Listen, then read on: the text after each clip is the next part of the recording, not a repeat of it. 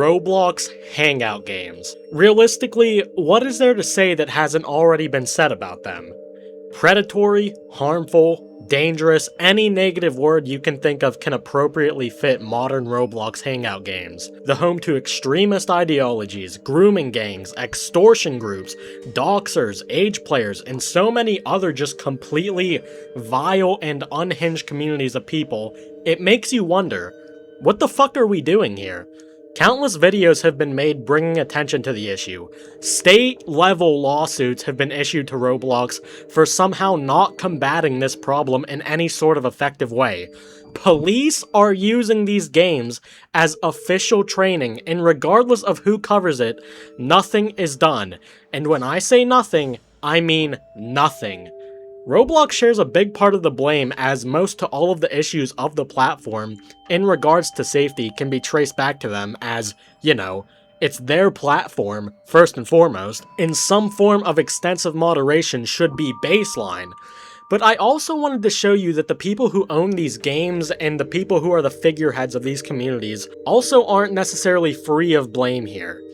As I said before, the sheer volume of videos made on this issue is staggering, but I truly don't think there can be enough. Today though, I wanted to actually go full boots on the ground mode and show firsthand just how bad it is from the perspective of the average person playing these games. First off though, I would like to give someone who was a victim of these communities a chance to share his experience with them and the effect it's had on him as a person. All of the information he's about to say has been given credible evidence that I believe is satisfactory and reliable. I am joined here by... Hi, my name's Andrew. Yes, Andrew. So you are what you would say a victim of these Hangout game communities and the people in it, correct? I'm a victim of online radicalization, yes.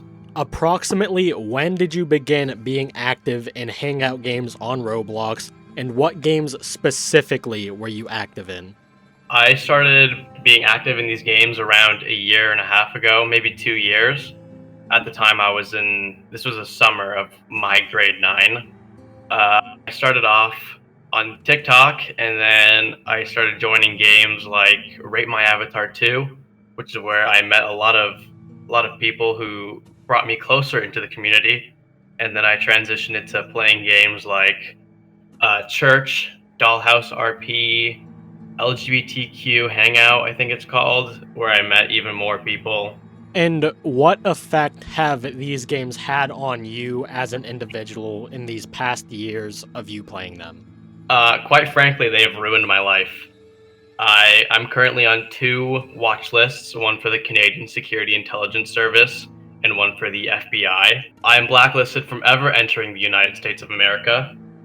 I have lost countless friendships, countless relationships, including those in my family. I have to go to therapy now. I've turned to substance abuse to cope with the reality of my situation, and I think it's overall taken a really impactful toll on my life, and I've attempted suicide quite a few times. Who would you place the blame on for your experiences in said community? I think everyone's a little bit to blame. I'm definitely at fault for engaging with these communities as long as I did. I think the people who run these games, some of which are fully aware of what they are doing, like the creator of Church and the administrators, do absolutely nothing to combat their issues. I think the creators of Rate My Avatar 2, they don't do enough, but they do take some action. Dollhouse RP and LGBTQ Hangout, I don't think it's that much of an issue for LGBTQ Hangout, but Dollhouse RP seriously needs to be looked at by Roblox moderation more thoroughly. On the topic of Roblox, I think they don't do enough for their platform whatsoever. They just ban one single game or put it under review for like a month, and then 5 new ones pop up, or it just gets re-uploaded over and over and over again. And instead of hitting the source or tracking the trail of the people who are actually uploading these accounts. What would you say to people who are currently active in these games who may be going through a similar situation to what you went through? To people who have fallen victim of online radicalization, I think it's never too late to get out. There's always help available, whether it be therapy, talking to your parents, talking to local authorities even. I think the best choice that you can make is to leave these communities and cut off all ties with people you have engaged with or befriended, and just know that your ideologies and what you believe in, even if they do seem worth it in the moment, I think it's worth ruining your life over. You aren't going to accomplish anything. And for people who are victims of grooming or pedophilia, I think you should contact authorities, contact any guardian, parent or guardian, school administrator, police. Let it be known what's happening to you. And to any pedophiles or groomers on the platform, I think you should kill yourself. Alright, thank you, Andrew, for doing this interview with me. Of course, I'm happy to help. Now, I'm aware that last statement there by Andrew may be a little too much for some of you, but you need to understand this is a man who, at a young age, was subjugated to all of the aforementioned bullshit on a platform that he shouldn't have even had the chance to get into such things on. My heart really goes out to him, but from my experience speaking to him personally, he seems like a very strong kid who's on a much better path in life now. He did, however, continuously mention 4 specific games: Dollhouse Roleplay, LGBTQ Hangout, Rate My Avatar, and Church. Now for Dollhouse Roleplay, where do I even start? When your Roblox game is being used as police training, I think that in and of itself is enough to just ask, what the fuck? I'm going to keep this brief considering Dollhouse Roleplay is the only game out of the 3 that I didn't go and do in-game investigating on, but me keeping it brief isn't me downplaying how utterly terrible Dollhouse Roleplay is, and it makes me glad Roblox is actually trying to scrub it from the platform. If you want the full extent of how bad this game is, this video by Ruben Sim is amazing. But to just summarize, Dollhouse Roleplay is home to many minor extortion groups, is essentially a hangout for pedophiles and groomers, and was a game that was basically hijacked from the original creator who made the game for the purpose of being a fun roleplay game for her younger sister. Fucking horrible, man. Now, coincidentally, right after Andrew and I's interview, he offered some help on the video and went to look for any characters of interest in the previously mentioned games. And well, unfortunately, it didn't take long to find one. This user was an LGBTQ hangout attempting to age play and was overall being a creep to the people in the server. Alright, I had to throw in the recording, No. I think he's innocent.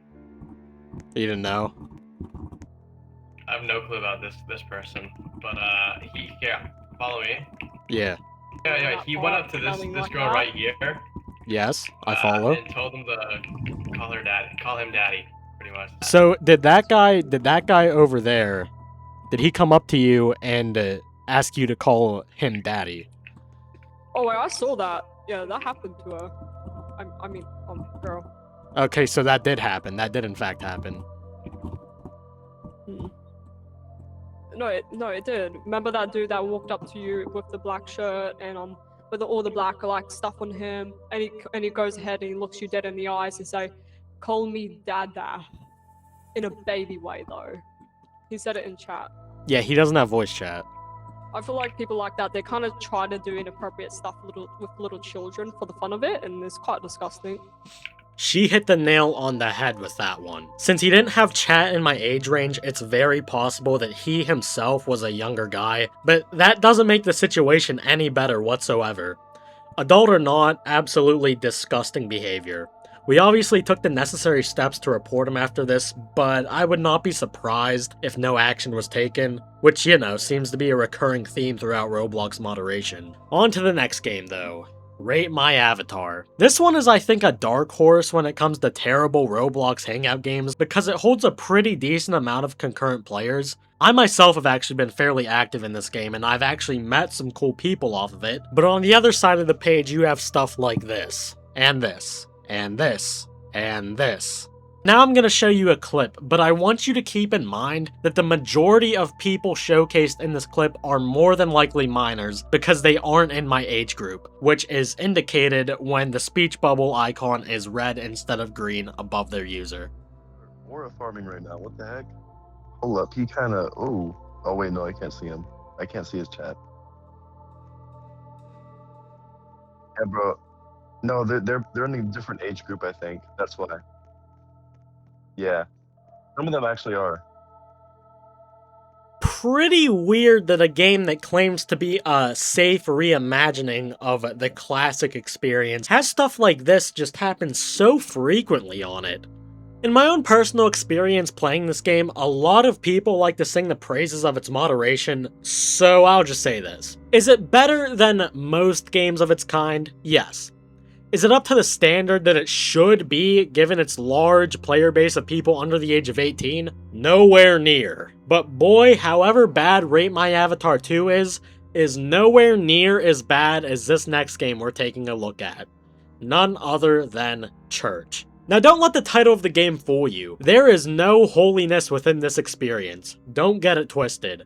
To my knowledge, this is the game that introduced Andrew to the majority of the radicalization that he experienced. And it's not hard to see how. Just take a look at these images of the kinds of people that you find in Church. Actively being moderated my fucking left butt cheek. If this is a game being actively moderated, I would love to see where the moderation is at. Oh no, you just get the literal owner of the game and the moderators of the game making fun of the kinds of people who play it instead of banning them. But that's not even the worst of it. This user has a shirt of a group known as NPM, No Poop Matter, aka Poop Nation. The gist of this group, as explained by the people within it themselves, are an extortion group who blackmail minors into spreading you-know-what on themselves and other things. Now, people have very conflicting opinions on this group.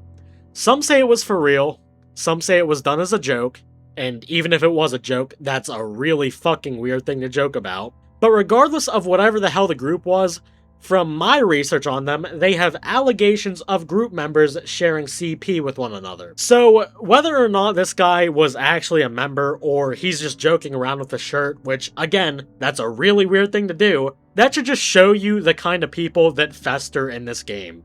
If you want to learn more about that group, this video by Drac the LARP will tell you almost everything you need to know. That's about as far down the rabbit hole I'm gonna go for right now. If the demand for a part 2 is big, then a part 2 will be made, because I am well aware there are many other really bad Hangout games out there. But I feel like if you see what goes on in these games, you can basically imagine what goes on in all of the other ones. Really, getting in there and investigating these games has just really shown the depravity of a lot of people on Roblox. Call me a little bitch boy for that, I don't know. It's just... this should not be happening on this platform, so something needs to change, man. You have the fucking CEO himself saying that he sees predators on his platform full of kids as an opportunity. What are we doing, man? Anyways, that's about it for today, guys. Dr. Electro out.